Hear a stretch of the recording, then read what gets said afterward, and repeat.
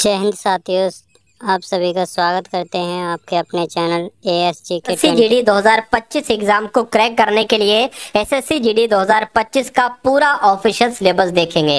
यानी कि जो भी साथियों ऑफिशियल सिलेबस में टॉपिक्स हैं उन सभी टॉपिक्स को साथियों कंप्लीट करेंगे आज के इस वीडियो के माध्यम से। तो साथियों हम चारों विषयों को देखेंगे, हिंदी को, जीके जीएस को, करंट अफेयर को, रीजनिंग और मैथ को साथियों। और आज के इस वीडियो में हिंदी के पूरे 20 सवाल हैं। अगर ऐसे ही 20 सवाल आपके एग्जाम में आ जाते हैं तो कितना स्कोर आपका रहता है ये समझ लीजिए साथियों। 11 से 12 प्रश्नों से कम आपका स्कोर नहीं होना चाहिए हिंदी के सेक्शन में। तो क्लास आपकी शुरू हो चुकी है। पहला सवाल है कि शुद्ध वर्तनी वाला इसमें से शब्द बताइए। यानी कि प्रशंसा की अगर बात करें कैसे लिखा जाता है तो साथियों ऐसे लिखा जाता है। और ऐसे कहां पर लिखा हुआ है? ऑप्शन नंबर सी में लिखा हुआ है। तो जिनका आंसर यहाँ पर सी है बिल्कुल करेक्ट है। उसके बाद देखिए दिए गए शब्द का विलोम आपसे पूछा जा रहा है। शुक्ल का विलोम क्या होता है? तो शुक्ल का विलोम साथियों क्या होता है? कृष्ण होता है। अगर आपसे श्वेत का विलोम पूछा जाए तो क्या हो जाएगा साथियों? श्याम हो जाएगा। नेक्स्ट नंबर का सवाल है कह रहे कि पापड़ बेलने का मतलब क्या होता है बताइए। तो पापड़ बेलने का मतलब पीछे पड़ना नहीं, बेकार जीवन व्यतीत करना नहीं, बहुत श्रम करना, यानी कि बहुत संघर्ष करने को ही कहा जाता है। भाई तुमने तो बहुत पापड़ बेल लिए। उसके बाद देखिए अगला सवाल है कह रहे कि कुलीन शब्द के लिए सही वाक्यांश इनमें से कौन सा होगा। तो कुलीन की जब हम साथियों बात करते हैं, जो अच्छे कुल में जन्मा होता है ना, उसको क्या कहा जाता है? उसको कुलीन कहा जाता है। इसलिए राइट आंसर आपका ऑप्शन नंबर सी के साथ जाएगा। अब उसके बाद देखिए कहने कि आज अंत्याक्षरी प्रतियोगिता नहीं होगी। यानी कि देखिए सभी ऑप्शंस की जब हम बात करें तो यहाँ पर सभी ऑप्शंस में अंत्याक्षरी लिखा है अलग अलग तरीके से, लेकिन आपको बताना है सही अंत्याक्षरी कैसे लिखा जाएगा। देखिए तो अंत्योदय लिखे, अंत्योदय यहाँ पर नहीं आएगा। अंत्योदय कोई प्रतियोगिता थोड़ी ना होती है, अंत्योष्टि भी नहीं होती। अंताक्षरी ऐसे लिखा जाता है नहीं साथियों। अंताक्षरी की अगर बात करें जैसे आपका साथियों यहाँ पर अगर बात करें, यहाँ पर भी तो नहीं सही लग रहा है। ठीक है, अच्छा यहाँ पर अंक की बिंदी आ गई तो चलो ठीक है, कोई दिक्कत नहीं है। देखिए अंताक्षरी की अगर साथियों मैं आपको बताऊं तो अंताक्षरी ऐसे लिखा जाएगा। कैसे लिखा जाएगा? जैसे मैंने लिखा है ना साथियों ऐसे लिखा जाएगा अंताक्षरी। तो इस प्रकार जो आप लोग ध्यान रखेंगे ना वो इस वाले शब्द को याद रखेंगे। चलिए अब उसके बाद देखिए अगला सवाल है कह रहे कि पहाड़ के ऊपर की समतल भूमि को क्या कहा जाता है। तो पहाड़ के ऊपर की समतल भूमि को आदित्यका कहा जाता है। क्या कहा जाता है साथियों? आदित्यका कहा जाता है। ये आपको मालूम होना चाहिए।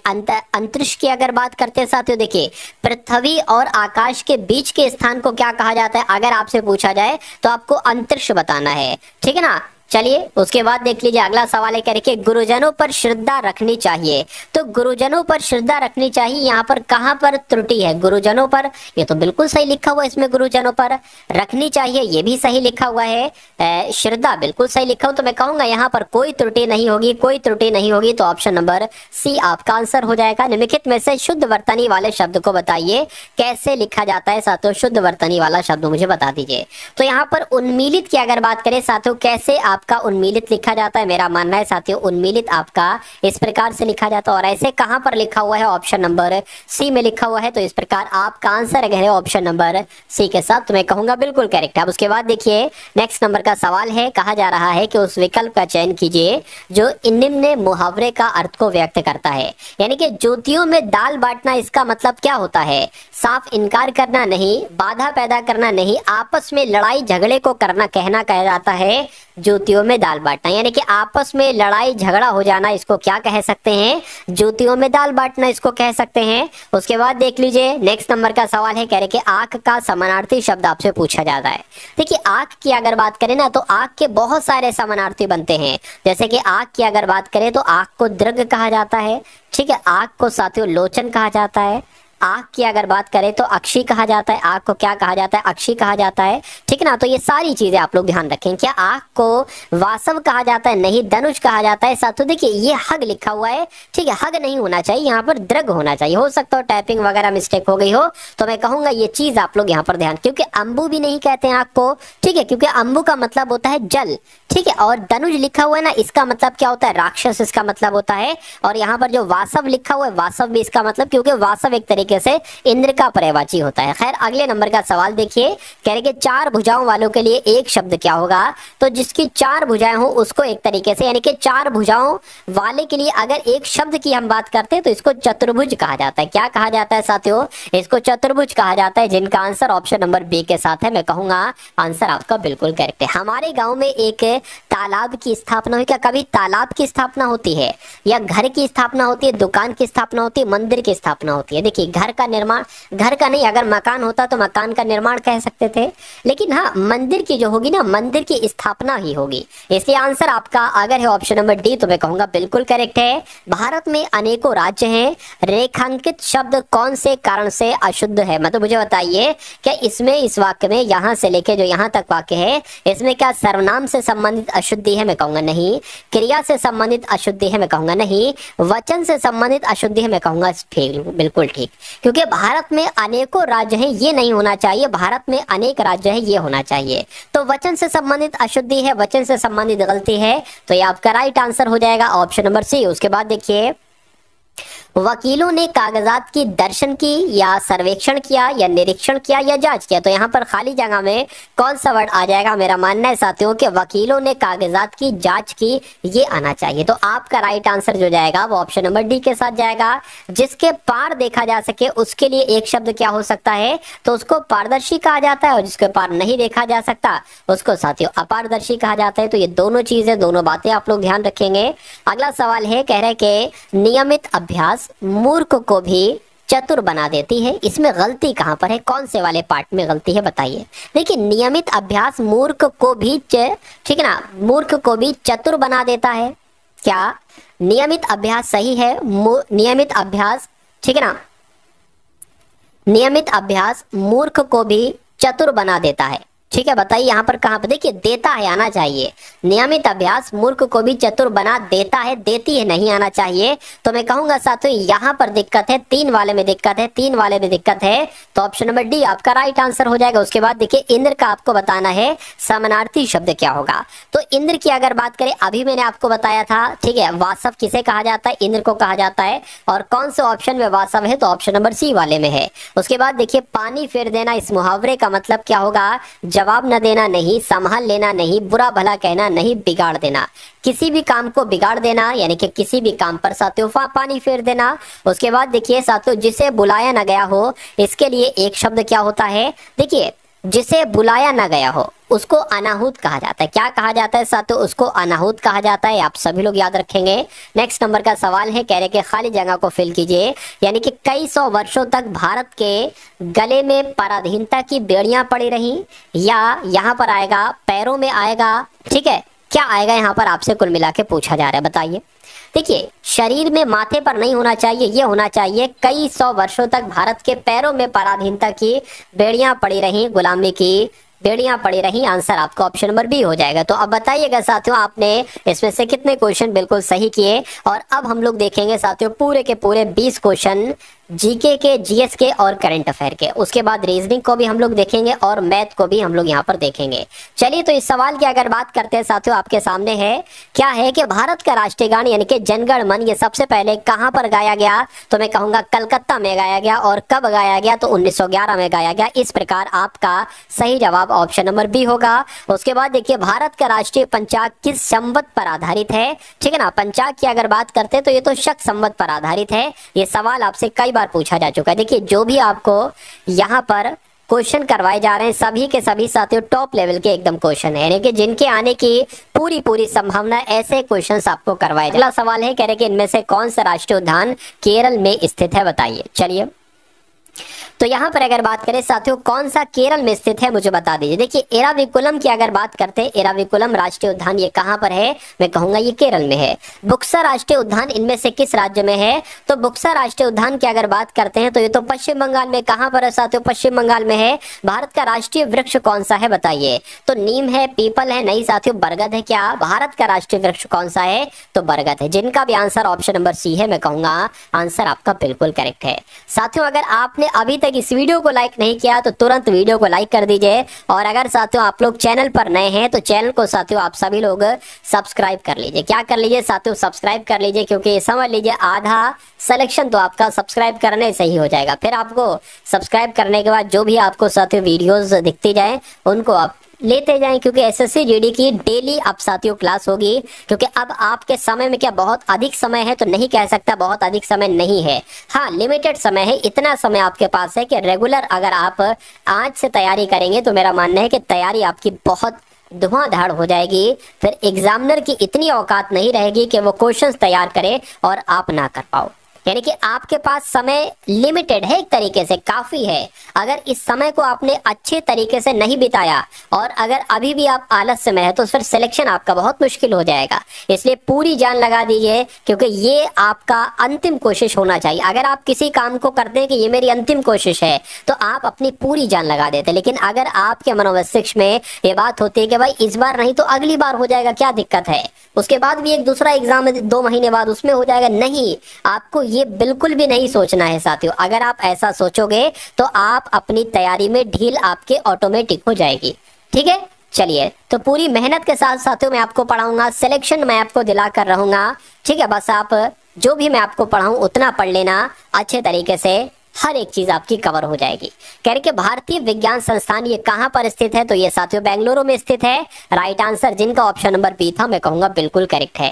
निम्नलिखित में से कौन सा नगर गंगा नदी के तट पर स्थित नहीं है। देखिए आप सभी जानते हैं कि कानपुर गंगा नदी के तट पर स्थित है, वाराणसी भी गंगा नदी के तट पर स्थित है, पटना भी गंगा नदी के तट पर स्थित है, लेकिन लखनऊ की अगर बात करें तो ये तो गोमती नदी के तट पर स्थित है। तो आपका राइट आंसर क्या होगा, ऑप्शन नंबर डी आपका बिल्कुल करेक्ट आंसर हो जाएगा। चलिए निम्नलिखित में से किसे पहले द लेडी विलिंगटन पार्क के रूप में जाना जाता था, तो किसको जाना जाता था साथियों, सवाल अगर आपसे पूछ लिया जाए तो मैं कहूंगा जो लोधी गार्डन्स है ना, लोधी गार्डन्स, इसको ही पहले द लेडी विलिंगटन पार्क के रूप में जाना जाता था। अगला सवाल है कह रहे कि फोर्ट विलियम ये कहां पर स्थित है, तो फोर्ट विलियम ये कहां पर स्थित है, पश्चिम बंगाल की राजधानी कोलकाता में फोर्ट विलियम स्थित है। उसके बाद देखिए महाराजा रणजीत सिंह गोल्ड कप ये किस खेल से संबंधित है, यानी कि किस खेल में जीतने पर, मैं कहूंगा हॉकी के खेल में जीतने पर महाराजा रणजीत सिंह गोल्ड कप दिया जाता है। आंसर अगर आपका है बी के साथ मैं कहूंगा आंसर बिल्कुल सही है।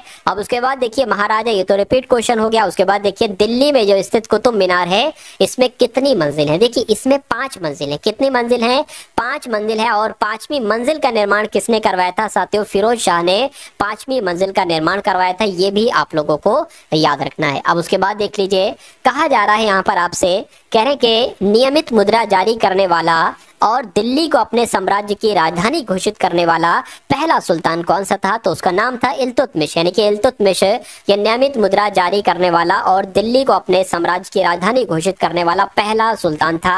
आंसर आपका डी के साथ जाएगा। सभी बहुत इंपॉर्टेंट क्वेश्चन है और यहाँ से साथियों हूबहू आप अपने एग्जाम में क्वेश्चन देखेंगे, इसलिए आपको बहुत मन से पढ़ना होगा, बहुत अच्छे से पढ़ना होगा। आपका सिलेक्शन तो बहुत आसान मैं कर दूंगा। चलिए कह रहे कि निम्नलिखित में से कौन भारत की प्रथम महिला शासिका थी, तो आपने बहुत जानते होंगे साथियों, बहुत बार आप पढ़ चुके होंगे। रजिया सुल्तान ये भारत की पहली महिला शासिका थी। स्वतंत्र भारत के पहले और अंतिम भारतीय गवर्नर जनरल का नाम क्या था, तो इनका नाम चक्रवर्ती राजगोपालाचारी था। यानी कि इनका नाम साथियों सी राजगोपालाचारी था। चलिए तारों का ऐसा समूह जिसको उसकी आकृति से पहचाना जाता है, इसको क्या कहा जाता है, तो इसको तारामंडल कहा जाता है। क्या कहा जाता है, तारामंडल कहा जाता है। किसे प्रधानमंत्री के प्रधान सचिव के रूप में नियुक्त किया गया है, तो आप लोग ध्यान रखेंगे अभी हाल फिलहाल में ही पीके मिश्रा को प्रधानमंत्री का प्रधान सचिव नियुक्त किया गया है। अगला सवाल है कह रहे कि राष्ट्रीय मानवाधिकार आयोग के नए कार्यवाहक अध्यक्ष साथियों कौन बने हैं, तो कौन बने हैं, विजया भारती सयानी इनका नाम है और ये राष्ट्रीय मानवाधिकार आयोग के नए कार्यवाहक अध्यक्ष नियुक्त किए गए हैं। अब उसके बाद देखिए हाल ही में किस राज्य के मुख्यमंत्री ने युवा उद्यम विकास अभियान योजना का शुभारंभ किया है, तो किस राज्य राज्य ने किया है, ये आपसे यहाँ पर पूछा जा रहा है साथियों, आप लोग ध्यान रखेंगे। उत्तर प्रदेश सरकार के द्वारा किया गया, यानी कि उत्तर प्रदेश के मुख्यमंत्री ने युवा उद्यम विकास अभियान योजना का शुभारंभ किया है। अगला सवाल है आपके स्क्रीन पर। तो अब आपके सामने साथियों रीजनिंग के क्वेश्चन शुरू हो चुके हैं, बहुत ज्यादा नहीं साथियों, रीजनिंग के एकदम 10 टॉप लेवल के क्वेश्चन हम लोग देखेंगे। और मैथ की अगर बात करें, मैथ के भी 10 टॉप लेवल के क्वेश्चन देखेंगे। ये समझ लीजिए पूरी रीजनिंग और पूरी मैथ के एकदम टॉप लेवल के ये क्वेश्चंस होंगे। तो इन सभी क्वेश्चंस को देखिएगा और ट्राई कीजिएगा, देखिएगा कि कितना आपका स्कोर है। कम से कम 6-7 का तो होना चाहिए। देखिए, उस सही विकल्प का चयन करें जो दिए गए शब्दों का तार्किक और सार्थक क्रम है, यानी कि सबसे पहले साथियों क्या होना चाहिए। सबसे पहले की जब हम साथियों यहाँ पर बात करते हैं तो सबसे पहले क्या होता है, सबसे पहले फूल होता है, अंकुर होता है, ठीक है ना। या सबसे पहले मतलब आपको बताने कि आखिर होता क्या है। तो सबसे पहले साथियों बीज होता है, तो बीज डालेंगे ना, ठीक है, बीज डालेंगे उसका क्या बनेगा, बीज डालेंगे उसका अंकुर बनेगा। बीज डालेंगे साथियों उसका अंकुर बनेगा। बीज है 5वें पर और अंकुर कहाँ गया, अंकुर है साथियों दूसरे पर, ठीक है। आप बीज डालेंगे, उसके बाद वो अंकुर बन जाएगा। उसके बाद साथियों पौधे की शुरुआत हो जाएगी। पौधे की शुरुआत हो जाएगी तो साथियों ये पौधा आपका हो गया, ठीक है ना। पौधे की शुरुआत हो जाएगी, उसके बाद फल बनेगा या फूल बनेगा। अब यहाँ पर मामला फंसता है, पहले फूल बनेगा क्या, पहले साथियों फूल बनेगा और उसके बाद बनेगा फल। उसके बाद क्या बनेगा, फल बनेगा। तो फूल बनेगा साथियों पहले 1 हो जाएगा और फिर फल बनेगा यानी कि 3 हो जाएगा। तो आपको देखना है कि ये क्रम कहाँ पर है, 5 2 4। तो 5 2 4 1 और 3 कहाँ पर है, ऑप्शन नंबर बी में है। तो आपका right answer option number B के साथ चला जाएगा। उसके बाद देखिए अगला सवाल है, यहाँ पर अगर बात करें नंबर सीरीज वाला सवाल है। देखिए 34 है, फिर 37 है, उसके बाद साथियों 42 है, फिर 49 है, उसके बाद 60 है, उसके बाद 73 है, उसके बाद 90 है। आपको बताने कि अगला नंबर यहाँ पर कौन सा होगा। चलिए तो इसको भी हम लोग देख लेते हैं, एक बार ट्राई करते हैं। यहाँ पर साथियों कितना बड़ा है, 3 बड़ा है। 37 से अगर 42 हुआ है तो मैं कहूंगा 5 बड़ा है। 42 से अगर 49 हुआ है तो साथियों 7 बड़ा है। और 49 से 60 हुआ है तो 11 बड़ा है। और यहाँ पर साथियों कितना 13 बढ़ गया। और 73 से अगर 90 करेंगे तो लगभग हाँ 17 बढ़ जाएगा। अब आपको बताने के 90 में क्या ऐड करें कि हमें आंसर मिल जाए। देखिए यहाँ पर 3 से 5, 5 से 7, 7 से 11, 13, 17, ये आपको साथियों अभाज्य संख्या नहीं लग रही है, यानी कि जितना जितना बढ़ रहा है ये अभाज्य संख्या नहीं, बिल्कुल साथियों। तो 17 के बाद अगली अभाज्य संख्या 19 होगी, यानी कि 90 और 19 कितनी होगी, मैं कहूंगा 109 होगी। तो क्या 109 आपका आंसर होगा, बिल्कुल 109 ही आपका बिल्कुल सही और बिल्कुल सटीक जवाब हो जाता। भाई बहुत बढ़िया, वेरी गुड क्लास। अगला सवाल है, कह रहे कि उन पासे का चयन कीजिए। ये बहुत शानदार क्वेश्चन, बहुत इंटरेस्टिंग क्वेश्चन है। इसको मैं थोड़ा सा साथियों बड़ा कर देता हूं, थोड़ा जूम आपके लिए यहां पर कर देता हूं। चलिए देखिए सवाल को कहा जा रहा है, क्या आपसे साथियों कहा जा रहा है, यहाँ पर मैं आपको समझाऊंगा बहुत शानदार तरीके से। कहने के उस पासे का चयन करें जिन्हें दिए गए पत्रक यानी कि शीट को रेखाओं के अनुसार मोड़कर बनाया जा सकता है। ये आपके सामने ओपन पासा है, क्या ये खुला हुआ पासा है। कह रहे कि अगर इस पासे को मोड़ फोल्ड कर दिया जाए, क्या जैसे पासा होता है ना, इसको अगर वैसा कर दिया जाए तो आपको ये बताने कि कैसा पासा दिखाई देगा। जैसे ए में है, जैसे बी में है, जैसे सी में है या जैसे डी में है। इतनी सी बात आपको साथियों यहाँ पर बताना है बस। देखिए आप ये पता कैसे पहचान कर पाएंगे। अब हम सबसे पहले ये देखते हैं क्या ये वाला पासा बन पाएगा, इसका चुनाव कैसे करेंगे। देखिए यहाँ पर है पी और P कहां पर है, P साथियों यहाँ पर है। P का विपरीत पता क्या है, P का विपरीत R है। तो यहाँ पर R सामने नहीं होना चाहिए, नहीं है, कोई दिक्कत नहीं। अब S को देखिए, S का विपरीत क्या है, S का विपरीत है साथियों Q। अब यहाँ पर Q भी नहीं होना चाहिए, बिल्कुल नहीं है, हो गया। T की बात करें, T का विपरीत क्या है, U है, तो यहाँ पर U भी नहीं, यानी कि मैं कहूंगा ये वाला पासा बन सकता है। ठीक है, ये वाला पासा बन सकता है। अब ऑप्शन नंबर बी वाले को भी देख लेते क्या ये बन सकता है या ये नहीं बन सकता है। कह रहे हैं कि यहाँ पर R है, तो R का विपरीत पता क्या है, R का विपरीत साथियों P है, तो यहाँ पर P नहीं है बिल्कुल। T की बात करें, T का विपरीत U है, यहाँ पर U भी नहीं है, ठीक है। U की बात करें, Q की बात करें, Q का विपरीत S है, तो ये भी S भी यहाँ पर नहीं है। मैं कहूंगा ये वाला भी बन सकता है, ठीक है ना, ये वाला भी बन सकता है। अब ऑप्शन नंबर सी वाले को टिक करते कि ये बन सकता है, नहीं। कह रहे कि Q यहाँ पर है, Q का विपरीत S है, तो S यहाँ पर नहीं होना चाहिए, मतलब एक होना चाहिए, उसका विपरीत नहीं होना चाहिए। अगर विपरीत नहीं है तो उसका पासा बन सकता है। U की बात करें, U का विपरीत साथियों T है, तो यहाँ पर U का विपरीत T भी नहीं होना चाहिए बिल्कुल।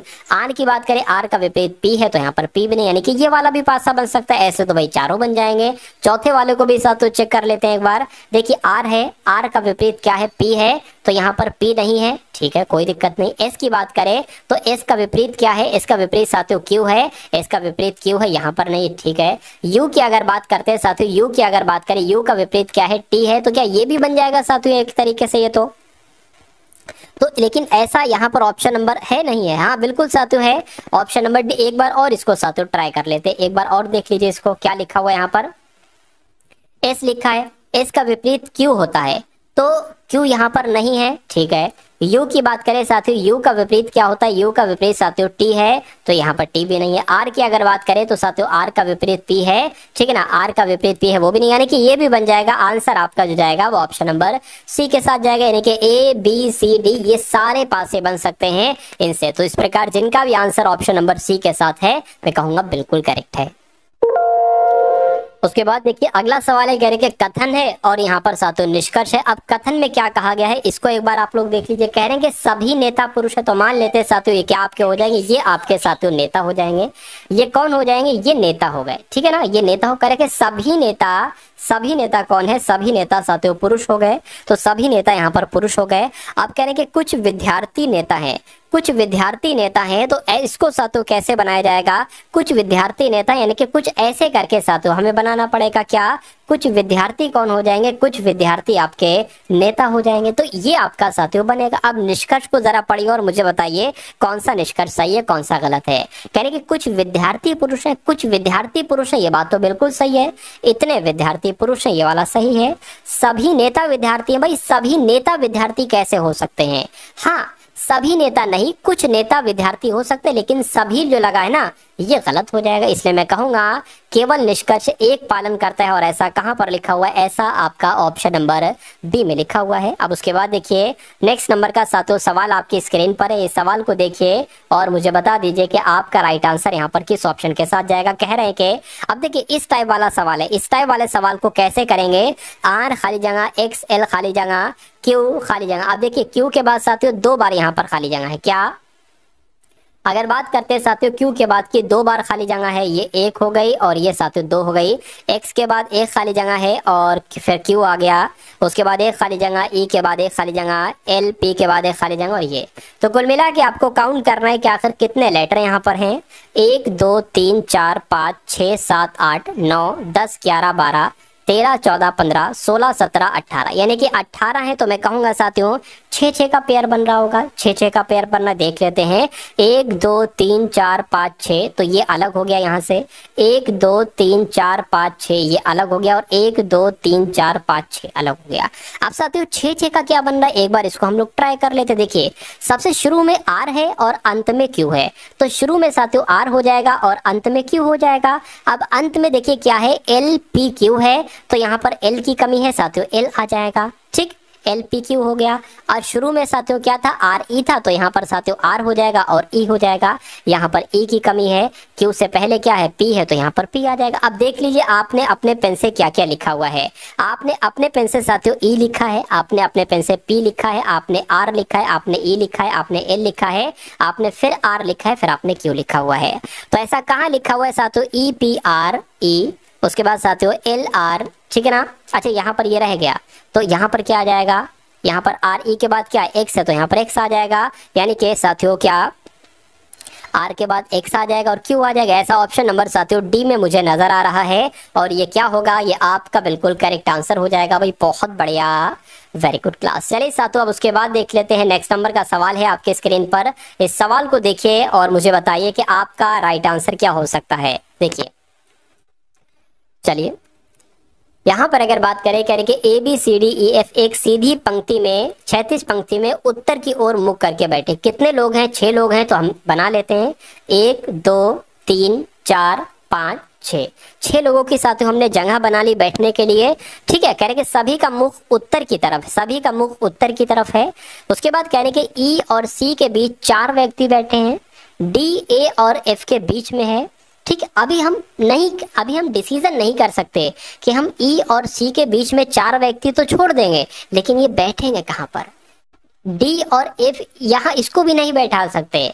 कहने के ए ई के दाईं ओर ठीक बगल में बैठा है। अब आप ई को कहीं पर बैठाल दो, मान लीजिए कहीं पर भी आप साथियों बैठाल सकते हो। मान लीजिए साथियों आपने ई को यहाँ पर बैठाल दिया, कहने के ई के दाएं ओर ठीक बगल में बैठा है ए, तो ए कहाँ पर साथियों बैठेगा, जाहिर सी बात है ए यहाँ पर बैठेगा। ठीक, अब ई और एफ आपको मिल गया। अब देखिए यहाँ से आप थोड़ा सा निकाल सकते हो, कह रहे कि ई और सी के बीच में 4 व्यक्ति बैठे हैं, तो ये ई अगर यहाँ पर है तो सी मेरे ख्याल से कितना होगा, 1 2 3 4, 4 तो यही हो गए। एक काम करो, एक इधर को बढ़ा लो और एक इधर को खत्म कर दो, इसको डिलीट मार दो। ठीक, अरे भाई टोटल 6 लोग थे, 6 लोग अभी भी हैं, तो ये क्या हो जाएगा, सी यहाँ पर आ जाएगा और ई और सी के बीच में 4 व्यक्ति बैठे, 1 2 3 4 बैठे बिल्कुल।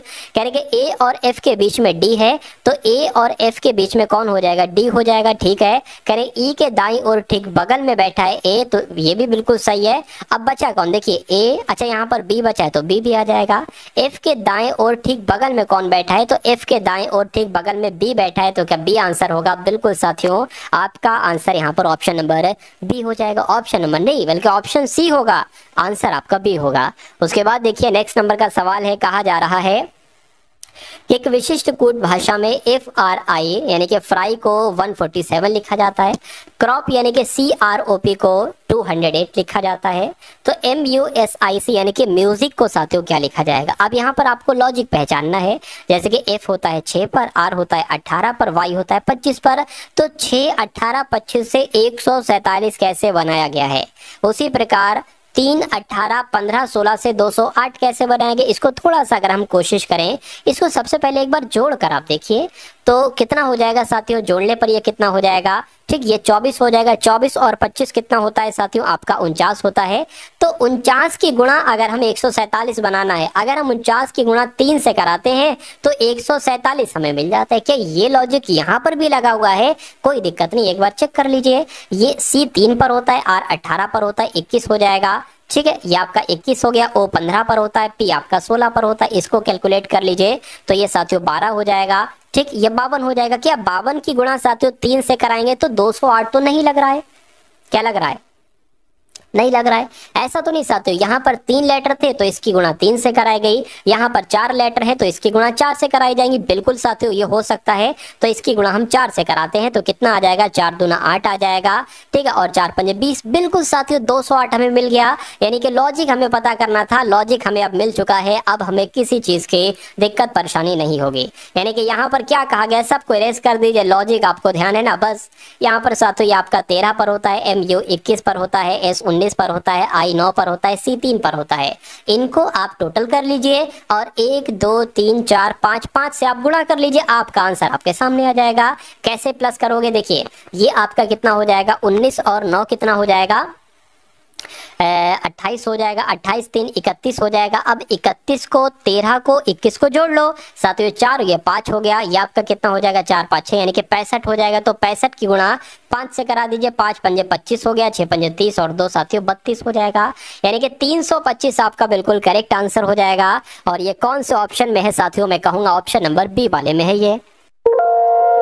उसके बाद देखिए कहा जा रहा है कि एक पिता और उसके पुत्र की वर्तमान आयु का योग 58 वर्ष है। यानी कि क्या कहा गया साथियों, एक पिता है और उसका क्या, एक उसका पुत्र है, उनके दोनों की आयु कितनी है, उनकी आयु का योग 58 वर्ष है। और 4 वर्ष पहले की बात की गई, 4 वर्ष पहले उनकी आयु का अनुपात 4:1 था। कितना था साथियों, अगर 4x था या और x था, ये भी हम लोग कह सकते हैं। तो पिता की वर्तमान आयु आपसे यहाँ पर पूछी जा रही है, बहुत ध्यान से देखिएगा और मुझे बताइएगा। देखिए ये क्या है साथियों, 4x क्या है, ये पिता की आयु है, ठीक है, और ये क्या है साथियों, ये आपके पुत्र की आयु है। अगर ये पिता की आयु है और 4 वर्ष पूर्व कह रहे हैं, तो अगर हम साथियों वर्तमान समय की निकालेंगे तो इसमें 4 प्लस करेंगे, 4 प्लस कर दिया। अब देखिए 4 प्लस कर दिया। अब देखिए साथियों ये पुत्र की आयु है, पुत्र की आयु है, इसको भी जोड़ दिया हमने, ये पुत्र की आयु और ये भी 4 वर्ष पहले की बात की गई है साथियों। अगर हम वर्तमान समय की अगर बात करते हैं, ये 4 वर्ष पहले का अनुपात है। अब भाई इस अनुपात को वर्तमान समय का अनुपात में बदलने के लिए 4 वर्ष प्लस करेंगे, तो इसमें भी 4 प्लस कर देंगे। तो अब ये साथियों आयु कितनी हो जानी चाहिए, ये 58 वर्ष आयु हो जानी चाहिए। अरे भाई ये पिता की 4 वर्ष पहले की उम्र है, 4 प्लस कर दिया पिता की वर्तमान आयु, ये पुत्र की वर्तमान आयु का टोटल योग कितना है 58 वर्ष है, तो बराबर 58 हो जाएगा। 4x प्लस x 5x हो जाएगा, प्लस 8 हो जाएगा, बराबर 58 हो जाएगा। यानी कि 5x बराबर कितना हो जाएगा, 58 में से 8 जाएगा, ये 8 उधर चला जाएगा, तो 5 बचेगा। x बराबर कितना आ जाएगा, साथियों x आ जाएगा। तो पिता की वर्तमान आयु अभी 4x है, कितनी है साथियों, पिता की वर्तमान आयु कितनी है साथियों, 4। अच्छा, ये 4x तो 4 वर्ष पहले की थी, ठीक है। अगर x बराबर 10 है और 4x की अगर बात करें, यानी कि 40 वर्ष जो निकलेगी वो 4 वर्ष पहले की आयु इतनी थी, तो वर्तमान समय में कितनी होगी, 4 और जोड़ दीजिए, यानी कि 44 वर्ष पिता की आयु हो जाएगी और ये वर्तमान उम्र हो जाएगी। आंसर आपका अगर है ऑप्शन नंबर डी, मुझसे पहले था आंसर ऑप्शन नंबर डी, तो मैं कहूंगा आपका आंसर बिल्कुल करेक्ट है। उसके बाद देखिए अगला सवाल है, कहा जा रहा है साथियों 14 है, उसके बाद 29 आ गया, उसके बाद 57 आ गया, उसके बाद 115 आ गया, उसके बाद 229 आ गया, तो आपको बताने कि अगला नंबर यहाँ पर क्या हो सकता है। तो बहुत अच्छे तरीके से साथियों देखिए सवाल को और मुझे बता दीजिए आंसर आपका क्या होगा। देखिए 14 से 29 हुआ है, अगर हम इसकी गुणा ऐसा करें 2 से कराएं, 14 दूना 28 और 1 जोड़ दें तो हमें 29 मिल जाएगा। अगर हम साथियों 29 दूना कितना होता है, 58 होता है, एक इसमें से अगर हम माइनस कर दें तो हमें 57 मिल जाएगा। 57 की अगर साथियों गुणा हम 2 से करेंगे तो कितना हो जाएगा, देख लीजिए एक बार, 57 दूना कितने हो जाएंगे, 7 दूना 14, 10, 114 हो जाएंगे। अब साथियों क्या करना है, देखिए एक हमें इसमें प्लस कराना पड़ेगा, यानी कि 2 से गुणा की 1 प्लस किया, 2 से गुणा की 1 माइनस किया, फिर 2 से गुणा की 1 प्लस किया। अब फिर से साथियों इसमें 2 से गुणा करेंगे और 1 माइनस कर देंगे तो 229 आ जाना चाहिए, और उसके बाद फिर 2 से गुणा करेंगे और 1 प्लस कर देना चाहिए। यानी कि हमें ज्ञात करना है कि 229 की गुणा 2 से कराइए, 9 दूना 18 हो गया, 2 दूना 4, 1 5 हो गया, 2 दूना 4 हो गया, इसमें 1 प्लस कराना है, यानी कि 459 क्या कहीं ऑप्शन में अगर है तो यही आपका आंसर, मैं कहूंगा बिल्कुल ऑप्शन में, ऑप्शन नंबर बी वाले में है। तो आपका right answer option number B के साथ जाएगा भाई, बहुत बढ़िया, वेरी गुड क्लास। चलिए साथियों अब उसके बाद देखिए अगले नंबर का सवाल है आपके स्क्रीन पर, कह रहे कि 700, ठीक है, 7 को अगर 342 बना दिया गया है, क्या अगर 7 को साथियों यहाँ पर 342 बना दिया गया है तो आपसे पूछा यह जा रहा है कि 9 से यहाँ पर कौन सा नंबर बन सकता है, बताइए। देखिए आप सभी को पता है साथियों 7 का क्यूब कितना होता है, 343 होता है, एक घटाया तो गया है। 9 की अगर बात करते हैं साथियों, 9 का क्यूब कितना होता है, 729 होता है, तो एक घटाएंगे यानी कि 728 आ जाना चाहिए, तो 728 आपका बिल्कुल सही जवाब हो जाएगा। अगला सवाल देखिए आपके स्क्रीन पर है, देखिए और बताइए राइट आंसर आपका यहाँ पर साथियों क्या हो सकता है। चलिए तो ये रीजनिंग के क्वेश्चन यहाँ तक हो गए। अब 10 साथियों टॉप लेवल के हम लोग क्वेश्चन देख लेंगे, किसके, मैथ के। चलिए तो मैथ का पहला सवाल है, कह रहे कि 2 संख्याएं हैं 7:11 के अनुपात में, उनका लघुत्तम समापर्त यानी कि एलसीएम 385, तो उनमें से छोटी संख्या क्या होगी, उनमें से छोटी वाली संख्या क्या होगी, ये आपसे पूछी जा रही है। देखिए 2 संख्या है, एक संख्या 7x और दूसरी संख्या 11x है, अगर हम ये माने, ठीक है। तो अगर हम साथियों क्या 7x का और 11x का, इन दोनों संख्या का साथियों एलसीएम अगर हम ज्ञात करें, क्या एलसीएम इनका अगर ज्ञात करें तो साथियों 7 की 11 से करेंगे 77 आ जाएगा, यानी कि 77x इनका क्या हो जाएगा, एलसीएम हो जाएगा, ठीक है ना। अब यहाँ पर एलसीएम आपको दे रखा है 385, यानी कि 77x की वैल्यू क्या है, 385 है।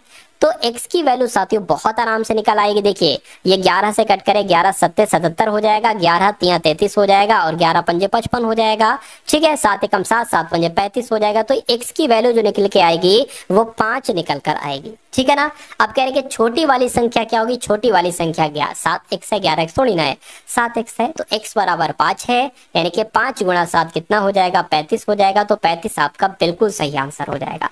अगर पूछता बड़ी वाली संख्या क्या है, तो 11 गुणा 5 हमें करना पड़ता, तो साथियों 55 आपका आंसर होता।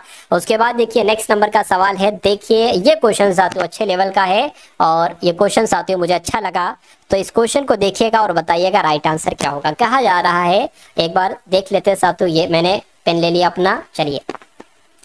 यानी कि अपनी सामान्य चाल की 6/7 चाल से चलने पर एक व्यक्ति को 10 मिनट की देरी हो जाती है, उस व्यक्ति को अपनी सामान्य चाल से उसी दूरी को तय करने में कितना समय लगेगा। देखिए अगर हम मान ले, क्या हम मान ले साथियों, उनकी चाल क्या उनकी चाल 6/7, यानी कि अगर पहले चाल 7 थी और फिर चाल 6 हो जाती है तो 10 मिनट की देरी हो जाती है। अब चाल का उल्टा एक तरीके से साथियों समय हो जाएगा, यानी कि अगर, ठीक है ना, अगर मान लीजिए ये ए है, ये बी है, यानी कि ए की चाल 7 है और बी की चाल 6 है, तो ए इतनी दूरी तय करने में साथियों कितना समय लेगा, 6 लेगा, और ये 7 लेगा। उल्टा हो जाता है एक तरीके से, ठीक है ना। यानी कि पहले अगर साथियों 7 किलोमीटर प्रति घंटा की चाल से चल रहा था, फिर उसने अपनी चाल 6 किलोमीटर प्रति घंटा कर दी, तो कहा गया है कि 10 मिनट की देरी हो जाती है। लेकिन यहाँ पर समय का जो दे रखा है ना, 6x और 7x, इसमें समय का अंतर जो दे रखा है वो साथियों 10 मिनट, यानी कि x बराबर साथियों 10 मिनट है। तो हम कहेंगे पहले अगर उसको 60 मिनट लग रहे होंगे तो बाद में उसको साथियों 70 मिनट का समय लगेगा, ठीक है ना, 70 मिनट का समय लगेगा जब वो अपनी चाल घटाकर इतनी कर लेगा। पहले अगर 7 की स्पीड से चल रहा है तो वो 60 मिनट में वही दूरी तय कर लेगा, लेकिन जब वो अपनी चाल घटा देगा, 6 से चलेगा, तो वो 70 मिनट लेगा, यानी कि 10 मिनट एक्स्ट्रा लेगा। तो पूछा क्या जा रहा है कि उस व्यक्ति को अपनी सामान्य चाल से उसी दूरी को तय करने में कितना समय लगता था। तो साथियों कितना समय लगता था, तो मैं कहूंगा 60 मिनट लगते थे। ये सामान्य चाल थी उसकी, ये सामान्य चाल थी। बाद में तो उसने कम करी है चाल, पहले वाली सही थी, पहले ज्यादा तेज चलती थी। तो मैं कहूंगा 60 मिनट बोले तो 1 घंटा आपका यहाँ पर बिल्कुल करेक्ट आंसर हो जाएगा। उसके बाद देखिए अगले नंबर का सवाल है आपके स्क्रीन पर, देखिए और बताइए राइट आंसर आपका यहाँ पर क्या होगा। बढ़िया क्वेश्चन है ये भी। कह रहे हैं कि रूमी एरिका द्वारा अर्जित वेतन से 40% अधिक वेतन अर्जित करता है। चार्ल्स एरिका द्वारा अर्जित वेतन से 60% अधिक वेतन अर्जित करता है, मतलब पाता है। अर्जित करने का मतलब पाना होता है। चार्ल्स के द्वारा अर्जित वेतन रोमी द्वारा अर्जित वेतन से कितने प्रतिशत अधिक है। क्या है सवाल में, कुछ नहीं साथियों, सिर्फ डरावना ये सवाल लग रहा है, बाकी सवाल में कुछ है नहीं। कितने लोग हैं, 3 लोग हैं, एक रोमी है और एक कौन है साथियों, एरिका है। और कौन है साथियों, रोमी हो गई, एरिका हो गई, और कौन हो गए, ये चार्ल्स हो गए। तो ये चार्ल्स हो गए। चलिए कोई दिक्कत नहीं, यहाँ तक कोई दिक्कत नहीं है, बिल्कुल बहुत बढ़िया। अब यहाँ पर कहा गया है कि रोमी एरिका के द्वारा अर्जित वेतन से 40% अधिक लेती है, यानी कि रोमी जो है ना, ठीक है, रोमी जो, मान लीजिए एरिका की अगर वेतन 100 है तो रोमी इसे 40% अधिक ले रही है, यानी कि ये 140 ले रही है। उसके बाद कह रहे हैं कि चार्ल्स एरिका द्वारा अर्जित वेतन से 60% अधिक लेती है। तो एरिका की अगर 100 है तो इसकी 160 हो जाएगी, 60 अधिक ले रही है। तो कह रहे हैं कि चार्ल्स द्वारा अर्जित वेतन रोमी द्वारा अर्जित वेतन से कितना प्रतिशत अधिक है। मैं कहूंगा 20 अधिक है, तो 20 को प्रतिशत में बदल लो, तो 20 को प्रतिशत में बदलेंगे, गुणा 100 लगाएंगे। और 20 अधिक है तो किससे अधिक है साथियों, 140 से अधिक है, तो 140 नीचे आ जाएगा। 20 से कम 20, 20 सत्ते 170। अब 100 की भाग साथियों 7 से होना है, कोई दिक्कत नहीं, कर लेंगे। 7 एकम 7 हो जाएगा, 3 जाएगा, ये 30 हो जाएगा, ठीक है ना। 7 चौक कितने हो जाएंगे, 7 चौक आपके 28 हो जाएंगे, 2 जाएगा, पॉइंट लगेगा, 0 बढ़ेगा, 7 दूना 14 हो जाएगा। यानी कि मैं कह सकता हूँ 14.2 करके आंसर आना चाहिए, और 14.2 करके आंसर ऑप्शन नंबर ए में है। तो आपका अगर आंसर है ऑप्शन नंबर ए के साथ तो बिल्कुल करेक्ट आपका आंसर हो जाता है। उसके बाद देखिए नेक्स्ट नंबर का सवाल है, देखिए और बताइए कि आपका राइट आंसर यहाँ पर क्या हो सकता है। चलिए यहाँ पर कहा जा रहा है कि 16 सेंटीमीटर त्रिज्या और 36 सेंटीमीटर ऊंचाई वाले धातु के एक शंकु को, यानी कि एक शंकु है, क्या है साथियों, एक शंकु है यहाँ पर, और कह रहे हैं कि 60 सेंटीमीटर उसकी त्रिज्या है, यानी कि 16 सेंटीमीटर उसकी क्या है, 16 सेंटीमीटर उसकी त्रिज्या है, और इसकी ऊंचाई कितनी है, 36 सेंटीमीटर इसकी ऊंचाई है। तो ये धातु का एक शंकु है, इसको पिघलाया जाता है और 4 सेंटीमीटर त्रिज्या वाले गोला बनाया जाता है, इसका गोला बना दिया जाता है। यानी कि इसका मतलब ये है कि इस शंकु का और इस गोले का आयतन बराबर होगा। तो कह रहे कि इस प्रकार गोलों की संख्या कितनी होगी, तो कोई दिक्कत नहीं, गोले के आयतन को नीचे रख देंगे। देखिए ये निकालने के लिए पता क्या करेंगे, शंकु का आयतन, क्या, शंकु का आयतन बटे गोले का आयतन, गोले का आयतन नीचे रख लेंगे, गोले का आयतन, गोले का आयतन। जैसे कि मैं कहूँ ना साथियों, मैं अगर कहूँ कि 12 में कितनी बार 2 होंगे, तो कितनी बार 2 होंगे, 2 को नीचे रख लो, 12 को ऊपर 6 बार 2 होंगे। तो ऐसे ही करके साथियों ये है, बहुत इसमें और उसमें बहुत ज्यादा अंतर नहीं है। देखिए अब अगर इसके सूत्र की बात करें तो शंकु का आयतन साथियों कितना होता है, शंकु का आयतन होता है 1/3 पाई r² h, और गोले का आयतन क्या होता है साथियों, 4/3 क्या, 4/3 पाई आर क्यूब होता है। इतनी बात क्लियर है? बिल्कुल क्लियर। अब देखिए क्या क्या कट रहा है। पाई से पाई कट रहा है, 3 से 3 कट रहा है, यानी कि ऊपर आपका बचेगा साथियों आर स्क्वायर एच और नीचे बचेगा आपका 4 गुणा आर क्यूब। तो कोई दिक्कत नहीं है। यहाँ पर आर कितना है साथियों? आर 16 है, यानी कि यहाँ पर आ जाएगा 16 गुणा 16 गुणा और एच कितना है? 36 है, तो यहाँ पर 36 आ जाएगा और नीचे क्या आ जाएगा? 4 गुणा और इसका क्या है? क्यूब है ना 4 का, तो 4 को 3 बार लिख लो। 4 को हमने साथियों 3 बार लिख लिया। इतनी बात क्लियर है? बिल्कुल क्लियर है। अब देखिए 4 एकम 4, 4 चौक 16 हो जाएगा। इस 4 से ये 4 कैंसिल, 4 एकम 4, 4 चौक 16, इस 4 से ये 4 कैंसिल, बचा क्या? 36 बचा। तो मैं कहूंगा कि इस प्रकार गोलों की संख्या कितनी होगी? तो 36 साथियों संख्या होगी। आंसर आपका जाएगा ऑप्शन नंबर डी के साथ। अगला सवाल आपके स्क्रीन पर देखिए और बताइए सही जवाब आपका यहाँ पर क्या होगा। देखिए चलिए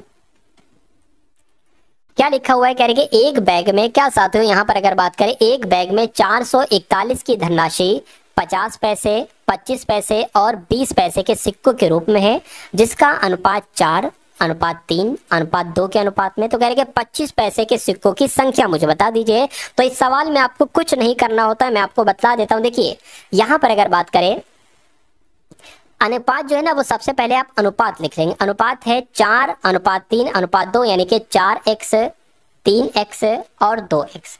अब क्या करना है अगला, देखिए जो 4 का अनुपात है ना वो 50 पैसे के हैं। 50 पैसे का मतलब होता है 1 बटे क्या साथियों? 1 बटे 2। तो 1 बटे 2, 1 तो ऊपर आ जाएगा, 2 नीचे आ गया। अब इसकी अगर बात करें 25 पैसे यानी कि 1 बटे 4 होता है, तो 1 तो ऊपर आ गया, 4 नीचे आ गया। इसकी अगर बात करें 20 पैसे का मतलब होता है 1 बटे 5। अरे भाई 1 रुपए यानी कि 100 पैसे में 20 के कितने पार्ट होंगे? 5 होंगे ना, तभी तो मैं 1 बटे 5 कह रहा हूं। अब इन सब को जोड़ दीजिए और इन सब का जो टोटल बनेगा ना साथियों वो 441 बनेगा, तो वो 441 बन जाएगा। इतनी बात क्लियर है? बिल्कुल क्लियर है। अब यहाँ पर अगर बात करते हैं साथियों, अब ये तो कट जाएगा, यहाँ पर क्या आ जाएगा साथियों? 2x आ जाएगा। तो अब इसको जरा आप कैलकुलेट करके मुझे बताइए। तो इसको कैलकुलेट करके मैं आपको बताता हूँ।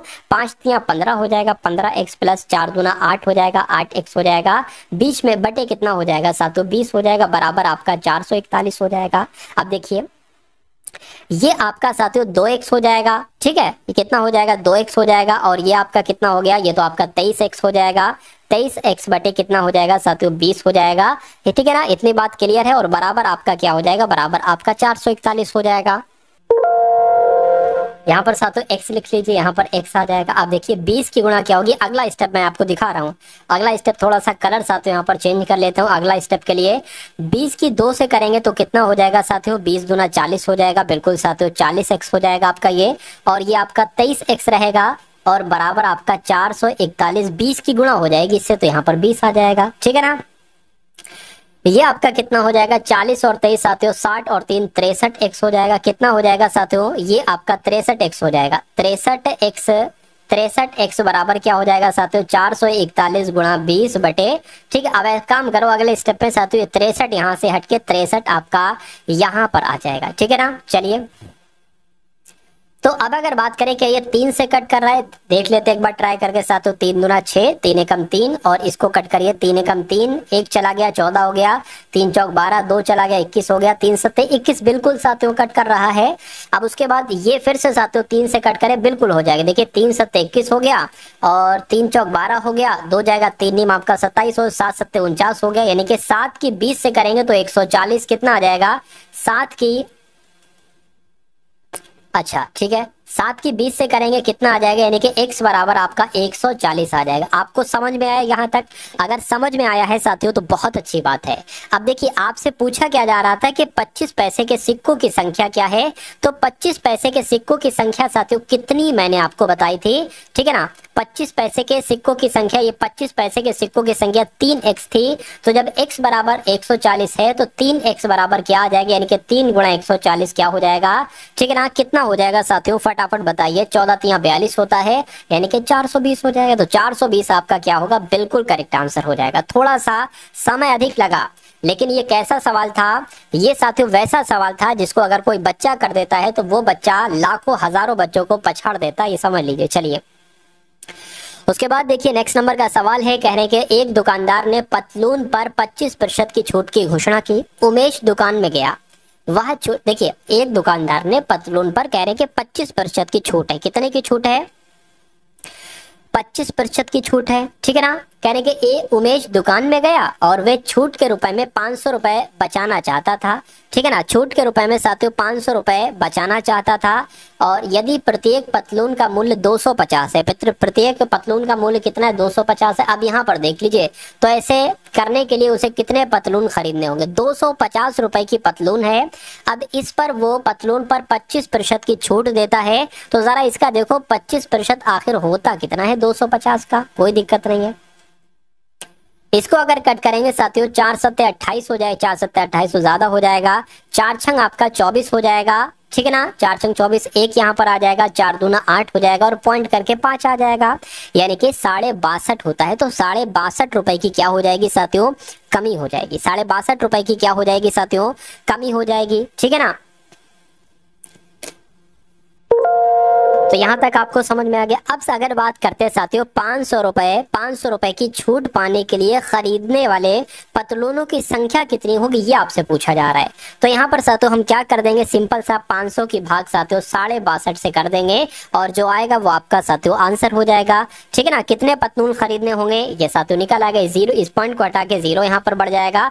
5 की अगर बात करें साथियों, एक काम करो, हाँ 5 की अगर बात करें तो 5 एकम 5 हो जाएगा, और इसको अगर बात करें 5 एकम 5 हो जाएगा, 5 दूना 10 हो जाएगा, 5 पंजे 25 हो जाएगा, और अगर कट करें साथियों 5 दूना 10 हो जाएगा, 0 आ जाएगा, और ये आपका साथियों 5 दूना 10 25 आ गया, और ये साथियों करके 8 आ जाएगा। तो मैं कहूंगा ऐसा करने के लिए उसे कितने पतलून खरीदने होंगे? 8 पतलून खरीदने होंगे। आंसर आपका ऑप्शन नंबर ए के साथ जाएगा। उसके बाद देखिए अगला सवाल है, कह रहे कि यदि 20 पुरुष किसी काम को 48 दिनों में पूरा कर सकते हैं, तो इस कार्य को 40 दिन में पूरा करने के लिए कितने पुरुषों की आवश्यकता होगी? कह रहे कि अगर 20 पुरुष हैं और 48 दिनों में वो काम करते हैं, तो 40 दिनों में क्या साथियों, 40 दिन में पूरा करने के लिए कितने पुरुषों यानी कि कितने मैन की जरूरत होगी? तो बस साथियों 20 से कम 20, 20 दूना 40 हो जाएगा, 2 से अगर कट करेंगे 24 आ जाएगा, यानी कि कितने मैंस यानी कि कितने आदमी की जरूरत होगी? तो 24 आदमियों की जरूरत होगी। तो 24 क्या होगा साथियों, ये आपका बिल्कुल करेक्ट आंसर हो जाएगा, और जिनका आंसर यहाँ पर ऑप्शन नंबर डी है, मैं कहूंगा बिल्कुल करेक्ट है। उसके बाद देख लीजिए अगले नंबर का सवाल है। ये सवाल भी साथियों अगर बात करें इस सवाल की, तो ये भी साथियों बहुत इंपॉर्टेंट है और आपके एग्जाम में डायरेक्ट आपको देखने को मिल सकता है। कह रहे कि एक वस्तु के अंकित मूल्य पर अगर 30% की छूट दी जाती है, तो इसके बाद 455 में उसका मूल्य हो जाता है। यानी कि 30% की छूट दी जाती है, तो जाहिर सी बात है 70% पे उसको बेचा जाता है। तो वो कितने रुपए की बिकती है? 455 रुपए की वस्तु बिकती है। वस्तु का अंकित मूल्य बताइए।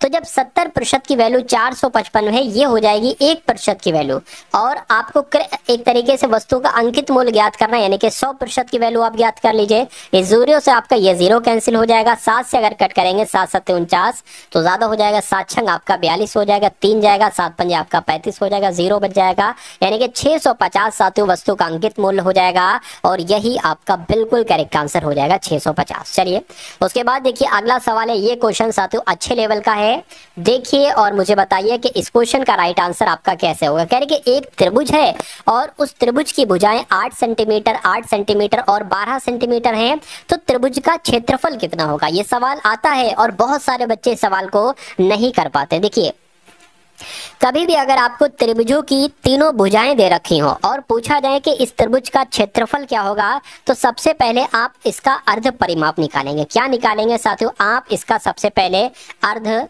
परिमाप निकालेंगे। ये अर्ध परिमाप कैसे निकाला जाता है ये भी मैं आपको बता देता हूँ। ये अर्ध परिमाप निकाला जाता है a प्लस बी प्लस सी बटे 2 करके। a प्लस बी प्लस सी क्या है? a है पहली भुजा, b है दूसरी भुजा, c है तीसरी भुजा। तो कैसे निकालेंगे साथियों? यानी कि 8 प्लस 12 हो जाएगा बटे 2 हो जाएगा।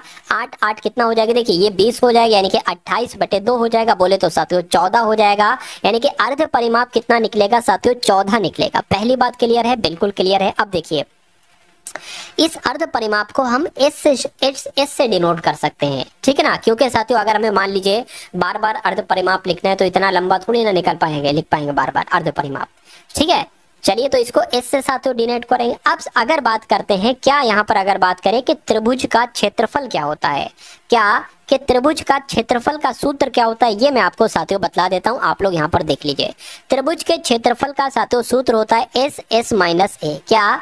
एस एस माइनस ए और एस माइनस बी और एस माइनस सी। ये एस क्या है, अभी मैंने आपको बताया एस अर्ध परिमाप है, यानी कि एस 14 है और ए क्या है 8 सेंटीमीटर, बी 8 सेंटीमीटर, सी 12 सेंटीमीटर। अब आप याद कर लेंगे, बिल्कुल याद कर लेंगे। देखिए एस कितना है 14, 14 आ गया गुणा एस माइनस ए कितना हो जाएगा, यानी कि 14 माइनस 8 कितना हो जाएगा, तो 6 हो जाएगा, 6 यहाँ पर आ गया। उसके बाद फिर से यहाँ पर 6 आ जाएगा, एस माइनस सी यानी कि 14 माइनस 12 कितना हो जाएगा, 2 हो जाएगा। अब यहाँ पर अगर साथियों हम लोग बात करें, देखिए यहां पर अगर साथियों हम लोग बात करें इसको कैसे, देखिए ये 6 है ना, एक काम करो ये तो बाहर आ जाएगा बहुत आराम से। अब आपके सामने है 2 गुणा 14, 14 को कैसे आप लिख सकते हैं, 2 कर लो और साथियों यहाँ पर आप 7 कर सकते हो। अब यहाँ पर 2 2 बार है तो साथियों 2 भी बाहर आ जाएगा, यानी कि 6 गुणा 2 बाहर आ गया और 7 अंदर रहेगा, यानी कि 12√7 क्या होगा, ये आपका त्रिभुज का क्षेत्रफल हो जाएगा 12√7 और यही आपका बिल्कुल करेक्ट आंसर हो जाएगा। उसके बाद देखिए अगला सवाल है, देखा जाए साथियों यहाँ पर अगर बात करें ये भाग है, यानी कि 27 भाग 3 गुणा 4, क्या 27 भाग 3 गुणा 4 प्लस 4 भाग 2 ऑफ 2। तो आपको पता है सबसे पहले ऑफ को सॉल्व किया जाएगा। अगर हम इसको सॉल्व करें 3 नीम 27 तो 9 गुणा 4 प्लस 4 भाग 2 गुणा 2 यानी कि 4 आ जाएगा। इस 4 से ये 4 कैंसिल हो जाएगा, लेकिन 9 चौक कितना हो जाएगा 36 हो जाएगा, प्लस 1 भी रहेगा तो ये कितना हो जाएगा साथियों 37 हो जाएगा। 37 कौन से ऑप्शन में है, तो ऑप्शन नंबर ए वाले में। इस प्रकार जिनका भी आंसर यहाँ पर है ऑप्शन नंबर ए के साथ मैं कहूंगा कि आंसर आपका बिल्कुल करेक्ट हो जाता। भाई बहुत बढ़िया, वेरी गुड क्लास। तो कैसी लगी साथियों आपको ये क्लास, एक बार कमेंट सेक्शन में आप लोग जरूर बताएंगे।